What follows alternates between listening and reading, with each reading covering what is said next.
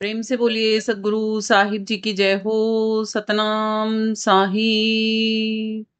गुरुर ब्रह्मा गुरुर विष्णु गुरुर देवो महेश्वरा गुरुर साक्षात पार ब्रह्म तस्मै श्री गुरुवे नमः। कि गुरु ही ब्रह्मा है, गुरु ही विष्णु है, उनसे भी आगे गुरु ही महेश्वर हैं और उनसे भी आगे ब्रह्मा विष्णु महेश से भी आगे गुरु ब्रह्म नहीं पार ब्रह्म परमेश्वर है। पार ब्रह्म परमेश्वर क्यों कहा है? ब्रह्म तक ही क्यों नहीं रख दिया? क्योंकि ब्रह्म का ही ये तीनों लोक हैं और पार ब्रह्म परमेश्वर की तो आराधना खुद ब्रह्म भी करता है। यानी कि जो ब्रह्म ब्रह्मा विष्णु महेश का पिता है वो ब्रह्म है और पार ब्रह्म की वो खुद भी आराधना करता है। इसीलिए गुरु को भी पार ब्रह्म परमेश्वर कहा जाता है और इसीलिए कहा जाता है तस्मै श्री गुरुवे नमः। इसीलिए हम उन गुरु की आराधना करते हैं कि वो हमें अपने जैसा बनाने का पुरजोर कोशिश करते हैं और हमें कहते हैं उस अनंत में मिल जाओ जहां नश्वर अनश्वरता कुछ भी नहीं है, जहां आप अपने ओरिजिनल रूप में हो, बिल्कुल पूर्ण रूप से ओरिजिनल, जहां पानी की सुई नहीं है, पवन का धागा नहीं है, जहां तनों का निर्माण नहीं होता, आत्मा निज रूप में रहती है। ये तन रूपी खोल ओढ़नी नहीं पड़ती उसे वहां पर। और क्या हमें वहां जाना चाहिए क्या? नहीं। अरे जन्म जन्मांतर के रोग मिट जाते हैं। ये जो संसारी रोग चलते हैं ना हमारे आसपास में, तो कभी तन के रोग आ गए, कभी मन के रोग आ गए, कभी संसार के भौतिक रोग आ गए, ये सब तो रोग यहीं पर ही मिट जाते हैं। मगर इनसे भी भारी जो रोग है ना, जो आत्मा को लगा हुआ है, कर्मानुसार जो आत्मा तनों को धारण करती और छोड़ती चली जाती है, इससे पहले जितनी भी चीजें बताई गई है ना, इन सब में तन धारण करती आत्मा और छोड़ती रहती है। इसीलिए ही आत्मा को कहा है कि अबू नहीं गुरु का बच्चा, अबू कच्चा रे कच्चा। गुरु के पक्के बच्चे होने के लिए ही गुरु के दिखाए मार्ग पर चलना बहुत जरूरी है आत्मा का। संसार सागर से पार होने के लिए केवल मात्र एक साधन होता है। बहुत सारे साधन तो परमात्मा के द्वारे पर लेकर कभी भी नहीं गए और कभी भी नहीं जा सकते। हम संसार में भी देख लो, किसी व्यक्ति विशेष के घर जाना हो, भले ही रस्तों में बहुत सारे रास्ते जाते हो, मगर जब उनके घर के निकट पहुंचेंगे तो एक ही गली आएगी, एक ही वो उनका मकान होगा जिससे हम मिलने जा रहे हैं, एक ही वो गेट होगा जिसमें से हम अंदर एंट्रेंस करेंगे, एक ही वो व्यक्ति विशेष होता है जिसके लिए हम चले थे। अन्यत्र नहीं होते, बहुत सारे नहीं होते। जो शादीशुदा औरतें हैं वो इस तरीके से समझ लो कि अपने मायके में जा रहे हो, आप मायके में जाते हो, कोई भी शहर लगा लो, पूरे शहर में एक मोहल्ला होता है, फिर एक मोहल्ले में वो एक ही गली होती है, फिर उस एक गली में वो एक ही मकान होता है जो आपका मायका कहलाता है। ये तो नहीं है कि पूरा का पूरा मोहल्ला ही आपका घर है। बिजनेसमैन लोग हैं जो व्यापार करते हैं, उनकी दुकान है ना, शहर है पूरा बड़ा, शहर में एक मोहल्ला है, एक छोटी सी जगह है, ठीक है, उसमें भी एक गली है, एक रोड है और एक ही शॉप है ना उसकी तो खुद की। ये तो नहीं है कि सारे जहान की शॉप उसी की है, नहीं है ना। वो अपनी ही एक दुकान का शटर खोलता है ना, ये तो नहीं है पड़ोसियों की दुकान का भी शटर खोल के कहे मेरी दुकान है, मेरी दुकान है, मेरी दुकान है। कौन घुसने देगा? तो ऐसे समझो, जो नौकरियों पर जाते हैं लोग, उनका भी एक पद निश्चित है। अगर वो दूसरे के पद पर जाकर बैठ जाएं तो क्या कहा जाएगा? खड़ा हो, मेरी सीट खाली कर। उनकी भी ऑफिस में भी जाते हैं, एक ऑफिस होता है, एक जगह फिक्स होती है बैठने के लिए। ये नहीं है कि हर रोज सीट बदली जाती है, कभी इधर बैठ जाओ, कभी इधर बैठ जाओ, कभी उधर बैठ जाओ। वो ओहदे का नाम लिखा होता है उस सीट पे कि ये इसकी सीट है और ये यहां बैठता है बंदा। भले ही भावे जब जिस समय वो उठा हुआ उस समय कोई और बैठ सकता है उस पे, बट प्रॉपर सीट किसकी है? वो उसी की है। तो समझो इन चीजों से। हम संसार के उदाहरणों से भी नहीं समझ पाते कि परमात्मा के घर जाने के कहते हैं कैसे मर्जी कर लो परमात्मा मिल जाएगा। अरे कैसे मर्जी से कैसे मिल जाएगा? जहां तक की भक्ति करोगे वहां तक का ही मिलेगा रास्ता। मान लो मुझे यहां से, जहां पर भी मैं बैठी हूं वहां से मुझे अमेरिका जाना है या दिल्ली जाना है, कहीं पर भी जाना है, किसी भी डेस्टिनी को मैंने तय करना है, और मैं रुक जाऊं बीच में या अद्धे रास्ते में, अमेरिका जाना है, एयरपोर्ट पे बैठी रहूं, प्लेन में ट्रेवल ही ना करूं, तो क्या मैं पहुंच जाऊंगी अमेरिका? नहीं पहुंच सकती ना। अब कहीं नहीं जी, जाने के तो बहुत सारे साधन है, चाहे ट्रेन से चले जाओ, चाहे फलान से चले जाओ, चाहे इससे चले जाओ, चाहे उससे चले जाओ। अमेरिका तो बहुत तरीकों से जा सकते हैं। बाय रोड अमेरिका जाके दिखाओ, जा सकते हो? रोड रोड अमेरिका जा सकते हो? नहीं जा सकते। अगर लोगे ना तब दोनों जगह जहाज लेने पड़ेंगे, पानी वाला ले लो या उड़ने वाला ले लो, लेने तो जहाज पड़ेंगे। और सतनाम रूपी भक्ति भी जहाज ही है, नानक जी ने कहा भी है, नानक नाम जहाज है, नाम ही वो जहाज है जो परमात्मा के घर लेके जाता है, चढ़े सो उतरे पार। श्रद्धा कर सेव दिए सतगुरु उतारनहार।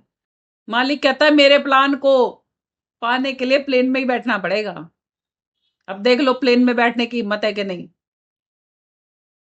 और ऐसा भी होता है प्लेन क्रैश भी हो जाते हैं, तो सोच समझ के बैठना पड़ता है। इसीलिए कहा है कबीर का घर शिखर पर, जहां सिल हिली गैल, पाँव न टिके पपील का और पंडित ला दें बैल। हम सोचते हैं सारे संसार का, सारे रिश्तेदार, सारे अड़ोसी, सारे पड़ोसी, सबको हम लेके चले जाएंगे, मगर घर का एक बंदा भी तो भक्ति नहीं करता हमारे साथ, हम खुद ही नहीं करते। और चाहते हैं सारा जहान हमारे संग चल पड़े। कैसे चल पड़ेगा? ये नहीं है कि कोई भी काम रुक जाएगा तेरे मरने के बाद। हाँ, रुकेगा तो केवल तेरी भक्ति का मार्ग रुक जाएगा, अवरोधक हो जाएगा, और तू लख 84 का जीव बन के घूमेगा। परमात्मा का होने के लिए परमात्मा को प्रथम पे रखना पड़ता है। उतनी ही लगन लानी पड़ेगी जितनी संसार में संसारियों के प्रति है ना हमारी, मोहवश हम करते हैं सब कुछ। इसीलिए साहिब कहते हैं कहीं कबीर उस बन्ने ने मोह ले। अरे मालिक ने तो हर तरीके से कह दिया, माई बाप समझ के मोह ले, बन्ना समझ के मोह ले, पति समझ ले, बंधु समझ ले, सखा समझ ले, असली वो है, नकली है ये बाकी सारे। जितने संसार के रिश्ते ढोरे हो ना, ये सब नकली हैं। और देख लो, अगर किसी को नहीं यकीन तो जो जितना अपना है ना वो उतना ही ज्यादा दर्द नहीं देता, तो बता दो। जिसको जितना ज्यादा अंदर बिठा के बैठे हो ना, वो उतने ही ज्यादा तेज की सूल मारता है। नहीं मारता संसारी, उतने ही तीर चुभाता है हमारे, और हम फिर भी उसके पीछे पीछे घूमते रहते हैं। और परमात्मा हमारे एक तीर नहीं मारता, एक भी तीर नहीं मारता परमात्मा हमारे। परमात्मा हमें सदा सर्वदा मुसीबतों से बचाता है, सदा सर्वदा हमें प्यार करता है, सदा सर्वदा हमारा हितैषी रहता है, और सदा सर्वदा आत्मा की इस लोक में भी मदद करता है और परलोक भी संवारता है। हम उसकी तरफ नेक नहीं चलते, उन संसारियों की तरफ चलते रहते हैं जो हमें हर समय टॉर्चर देते हैं, जो हमें भक्ति नहीं करने देते। उनकी हम सारी मानते हैं, उनसे हम डरते भी हैं, उनके चक्कर में हम गुरुओं के दर्शन नहीं करते। साहिब ने तो कहा है, मात पिता सुत बांधवा बंधु कुटुंब को जान, गुरु दर्शन को जब चले यही अटकावे आन। और इनका अटका जो ना रहे, गुरु दर्शन को जो जाए, कहें कबीर सोई है भक्तजन, वही मोक्ष मुक्ति पद पाए। है इतनी हिम्मत कि घर के 4 जने अगर मना कर दें कि फलानी जगह नहीं जाना, उनको हक से ये कह सको कि वो परमात्मा के दर से मिलाते हैं, वो परमात्मा से मिलाते हैं, हम तो जाएंगे, आपका जो जी करे वो आप कर लो, आपने जिसको कहना है जो कहना है वो कह दो, हम तो जाना नहीं छोड़ेंगे। आपको मना करते नहीं, आपके किसी काम में दखल अंदाजी हम करते नहीं, हमारी भक्ति में आपको दखल अंदाजी करने का कोई अधिकार नहीं, नहीं कह सकते, क्योंकि डर लगता है किस चीज से? कलह से, कलेश से। क्यों? संतों के इतने बड़े बड़े उदाहरण हैं हमारे पास संतों के, रजवाड़ों की रानियां, राजा, सब अपने राजपाट सब छोड़ के चले गए। क्यों छोड़ दिए? उन्हें वो लगते थे भक्ति में अवरोधक हैं ये, भक्ति में सहयोगी नहीं लगते थे उन्हें, इसलिए छोड़ दिए। क्यों उन्होंने कुटुंब कबीले परिवार के परिवार छोड़ दिए? क्या उनका दिल नहीं करता होगा कि परिवार वालों के साथ रह लें? क्या उनका दिल नहीं करता होगा कि हम भी संसार जैसे हमने बसाया, हम उसको बसे बसाए को ही चला चला के और भक्ति कर लें? जब उन संसारियों ने, उनके घर परिवार वालों ने उनके साथ अतिया ढा दी होंगी ना, तब उन्होंने कहा होगा जगत में कोई नहीं अपना। और ये सच्चाई भी है। यदि अपने बन भी गए ना ये जगत वाले, तो मृत्यु पर देख लो ना, कौन सा आपके पार्थिव शरीर को अपने घर में ही सजा के रख लेंगे? रख लेंगे क्या? और कौन सा वो ये पता कर लेंगे कि मरने के बाद आप कहां चले गए? कर लेंगे क्या? अगर इतना दम रखते हैं, इतना प्यार करते हैं, तो एक बात तो आपको मरने ही नहीं देंगे, और दूसरी बात फिर आपके पार्थिव शरीर को नहीं फूंक के आएंगे, जला के नहीं आएंगे, दफना के नहीं आएंगे।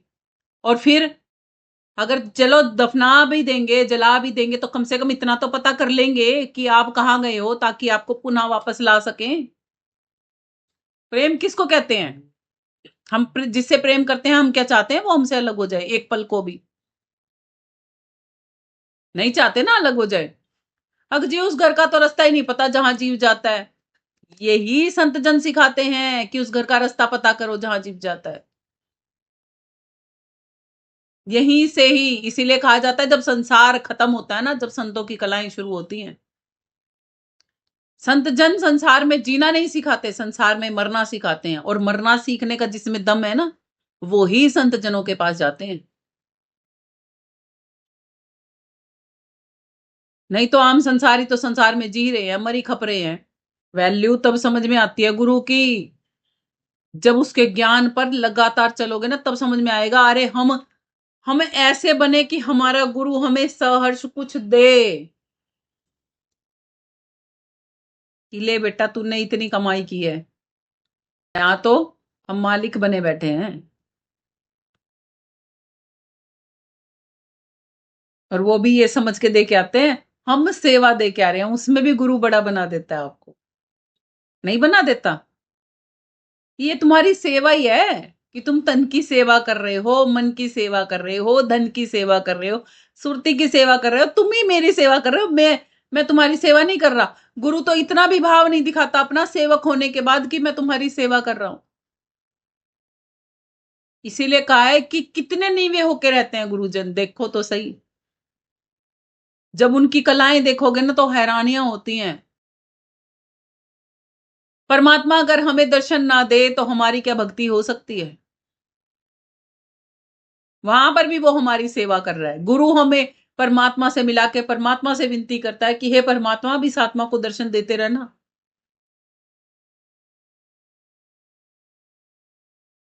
कितने उपकार गिनाए गुरु के। इसीलिए कहा है अनंत उपकार करता है गुरु, अनंत। हम तो क्या ही देंगे, हमारी औकात ही नहीं है कि हम अपने गुरु को कुछ भी दे सकें। इतने हम है ही नहीं कि हम अपने गुरु को कुछ दे सकें। कभी नहीं हो सकता कोई शिष्य इतना बड़ा कि अपने गुरु को कुछ दे सके। वो तो 3 लोक से परे का, वो अनंत लोक आपको देता है, उससे मिलाता है जहां से आप बिछुड़ के यहां पड़े। भला उससे ज्यादा आप क्या ही दोगे? आपके पास क्या है? 3 लोक का ही कुछ दे सकते हो ना उसे। उस चौथे लोक का कुछ दे सकते हो लाके उसे, जहां वो लेके जा रहा है।